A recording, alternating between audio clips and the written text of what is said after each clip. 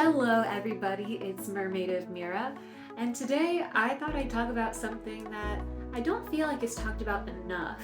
Merhandlers. There are several terms for this. I've heard merwrangler, merhandler, which is what I personally prefer, mermaid assistant. What is it exactly that a merhandler does? Well, I'll tell you. Their role is to assist a mer with whatever they need. When I say that, it's a lot, and that's why I wanted to talk about it, because mer handling can be a lot of different things. And if you have a conversation with the mer that you'll be mer handling for, then it can get into more like, what exactly would you be doing for this exact mer at this exact gig? I'm gonna give a rundown on like what those things can be. This is probably the most common one and the big one that you probably see on media and videos on Instagram, that they need someone to help them with transportation. Once they're in a tail, they cannot break the illusion. So whether that means you are actually carrying them yourself or a wagon. I have been a mer handler for my friends, and that is something that I cannot personally just lift someone like that.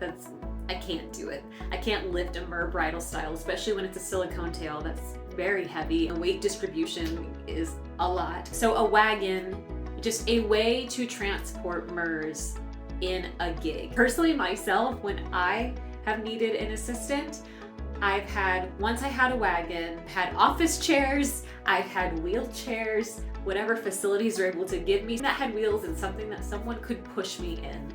I would probably at some point soon invest in getting my own like collapsible wagon, just so I don't have to rely on whatever venue I'm going to supply me a transportation option. But when I have K-Shell can lift like no one's business. K-Shell can lift me bridal style. She's super strong. So when I have her, I know it's fine because she can carry me. She also carried me for my engagement photo shoot. She helped transport me around so my husband didn't get like soaking wet, moving me on slippery rocks by a waterfall. It was a lot. If you are a mer handler that is able to actually lift and carry, that is awesome. Is it required? No. It can be a lot to ask of somebody with their personal strength and their limits with their own body. For instance, my husband has back issues, so like he can't lift me like that, and that's okay.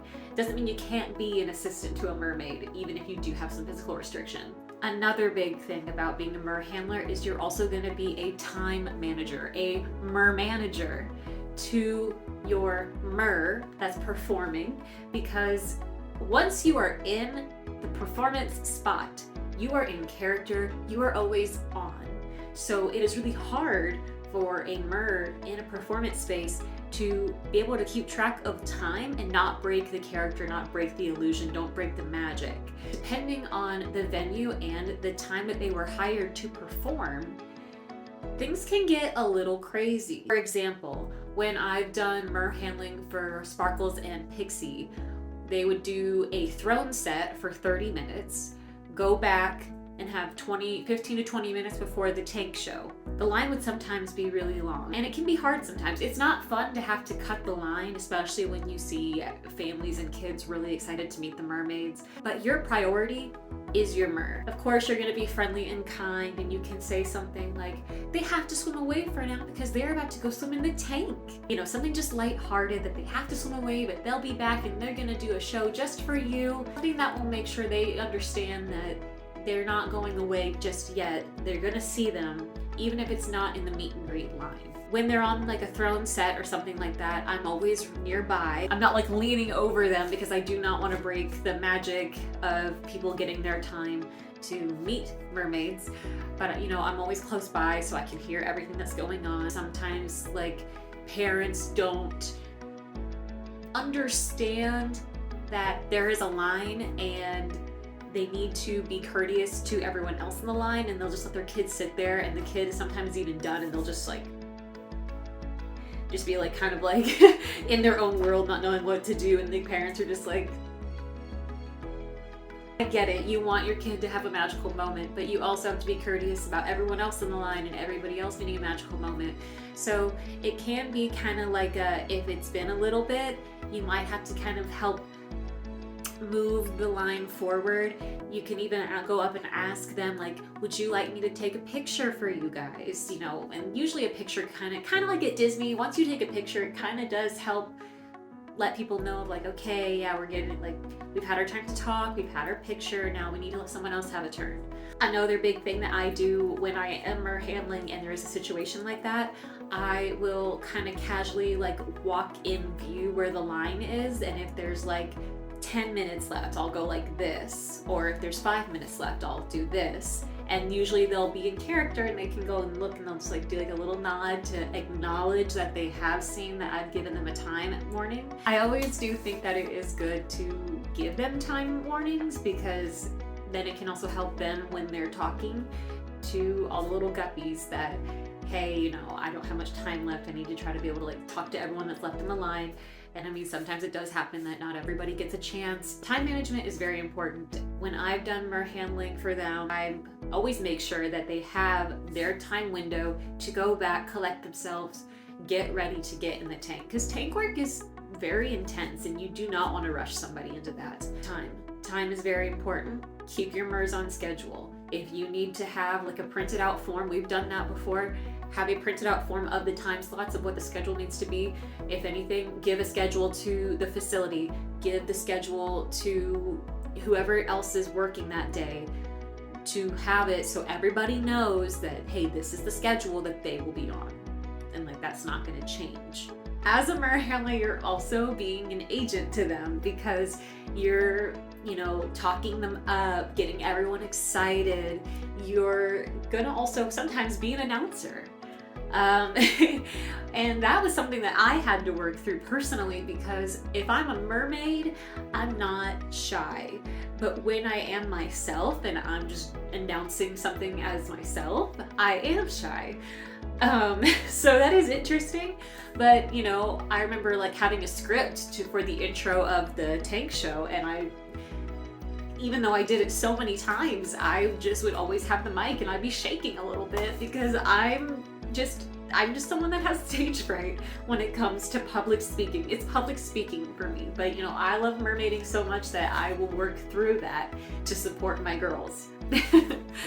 So be prepared. That could be something that you have to think about. And if it's not like a show and you have a microphone and everything, even if you're assisting a mer at a birthday party, you know, you might be the one that goes like, hey everybody, Mermaid blah blah blah is coming out. Who's ready? And like make them cheer, get them excited. You're a promoter, you're an agent, you're a hype person, okay?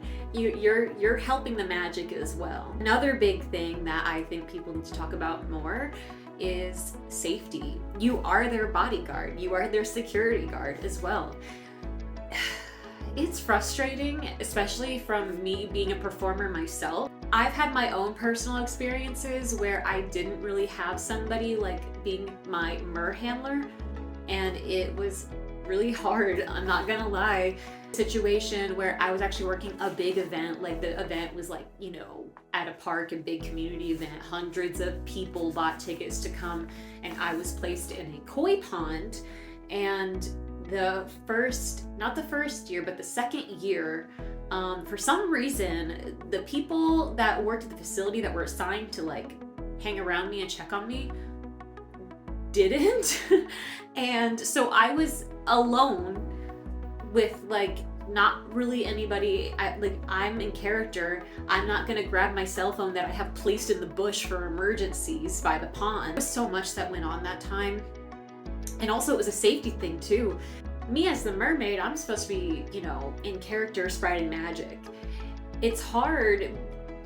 It was hard because I was halfway submerged in a pond and the kids were just running around me and they wouldn't listen because they're excited. They're at like this big event and I don't need them running around open water.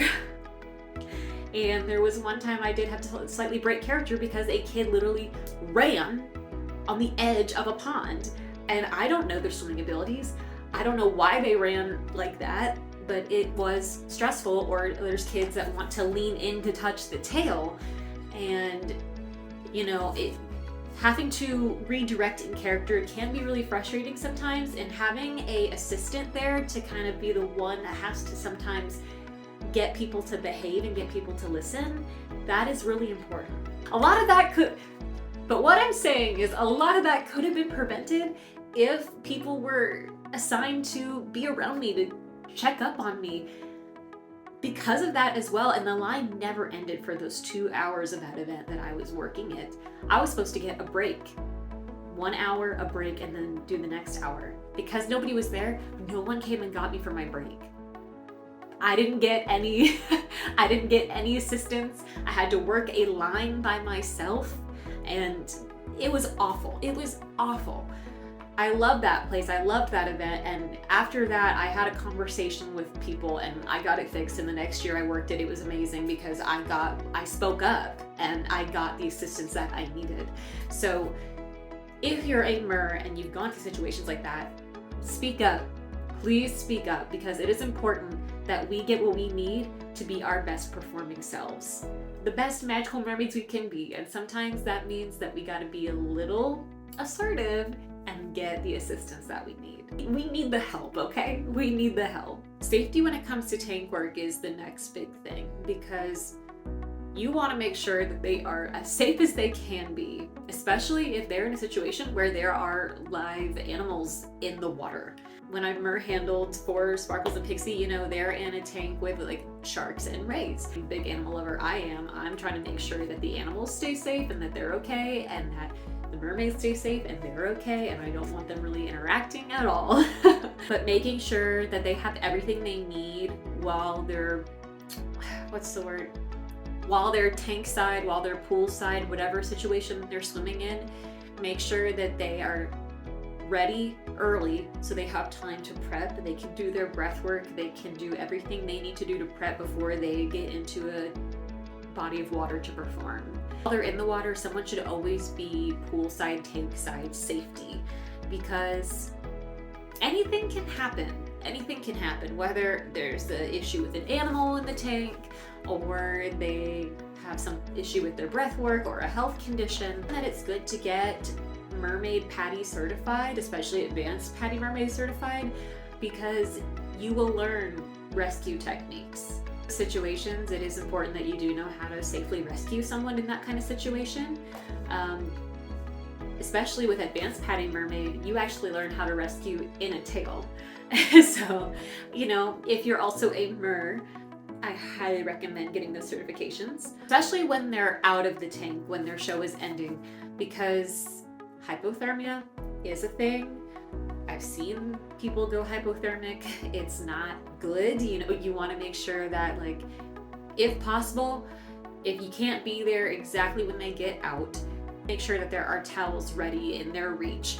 Have a hot thermos of water, like something that is right there so that they can warm up as soon as possible, because we do not need anybody going hypothermic. And if you can be there, help wrap them up in the towel. Be there as they swim back. Be ready with a towel and check on them. Ask them for anything that they need. If they need help getting out of their tail, if they need help getting to the shower, anything that they need, because that is hard work, and just we gotta respect the MERS here. We gotta respect the MERS and their wonderful performance. You are there to be their aid. Now that I've talked about more of the main objectives and responsibilities as a MER handler, I will say if you can also do these things, that is great. If you can get there early and be able to talk to the facility and get a rundown of the events, like I said before, get that schedule, print it out. I think it's really good to, again, you're that time manager. This next thing I'm gonna say, it's definitely not a requirement, but I do think it's important to have media training. If it is possible, it's not always, because again, your first thing is safety.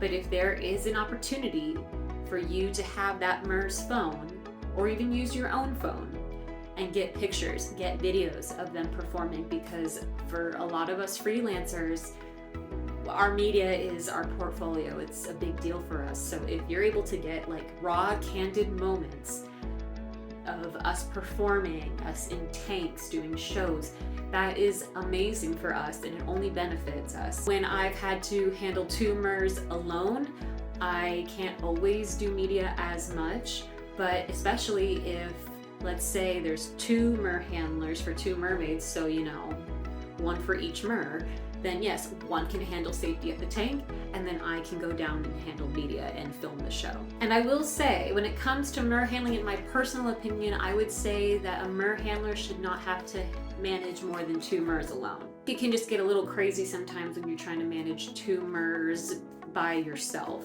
especially when it comes to transportation and hardcore time management, especially if they also have mentioned that media is really important to them. There can be more than 1 mer handler.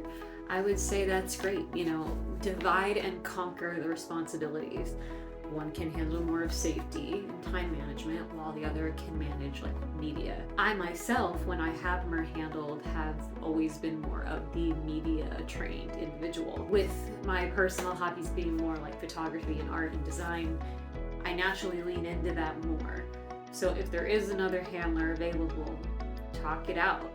See who has what strengths to play. For example, my friend Kaishal, who has mer handled for me, who is also a fellow mer. If we're mer handling together for other mermaids, it makes sense that she would naturally be more of safety because she's really strong, way stronger than me. And I'm more naturally artsy, which makes sense for me to be more on the media. I don't have much more, but I think these last few things are still important to talk about. Definitely talk to your mer about the expectations that they have of you as their assistant, because they could care less about media. So you spending more time on that might not be something that they want. Maybe they just want you to be more of their security guard. Maybe they just need you to be the voice for them sometimes. Maybe they're just really concerned about the transportation aspect, and other than that, they don't really feel the need to have you do much else. Please talk with your mers about what they care about most when it comes to you being their assistant. I will say this, I think it's important that all mermaids, all mermen, all mers have practice and experience in mer handling, because I think it only benefits you. Once you're on the performer side of it, you'll appreciate that mer handler 10 times more. I don't know how to explain it, but also I guess it's almost kind of like when you're a mer handler, you're also kind of interning, right? Because you'll get to learn all the back ends of performing. You're gonna get to watch these mers. It's like you're like an understudy as well. Like you're learning. If that's something that you want to do, you might just be a mer handler because you have a friend that needs one or a partner. That's completely okay. But as a mer, I think you should definitely take those opportunities and learn from them. And last but not least, what do you wear as a mer handler? Well, I think it is definitely important to make sure that you look like you belong with the mermaid. Like what I'm wearing right now is something that I have worn to mer handle. I've got my starfish earrings in. I have a shirt that literally says Mermaid on it, Mermaid University. I'm wearing my scale leggings. If that doesn't say to people at the event, hey, I'm with the mermaid, just by my attire alone, if parents have had questions, they have definitely walked up to me. A lanyard before given to me by staff so they could just know that, hey, like on top of my attire, like, look, a lanyard, come talk to me, I'm here to help. Anything mermaidy, piratey, or if you just want to go to Etsy, there are shirts that you can buy that just say like mer handler with like a trident or a mermaid tail on it. If you just want to be like literal security and just have a black shirt that says mermaid assistant on it, that's also fine too. When it comes to improv, I think it is important that you do talk to your mer about improv, because those little kids are going to be coming up to you too and asking questions, and you want to make sure that your stories line up, because if they're hearing one thing from you and another thing from the mermaid, that can get a little confusing, and some kids really like to just prove that you're not real. And if that happens and they hear 2 different stories, just encourages it. Also, learn your mer's story. What's their origin story? So if the line is there, you can be talking them up. You can be helping them figure out what the mermaid is like before they get to meet. Help them prep their questions, I'm not saying you have to be this big actor if that's not something that you're really interested in, but being able to help answer questions that the little kids might throw at you while they're waiting to meet the mermaid, that would be really beneficial. Lastly, I just want to give a big thank you to all the merhandlers out there because we need you. You are important, please know that. But that is all I had for today, guys. Thank you so much for watching. If I forgot anything or if you have any questions, feel free to leave a comment and I'd be happy to answer. But I hope you guys have a fantastic day.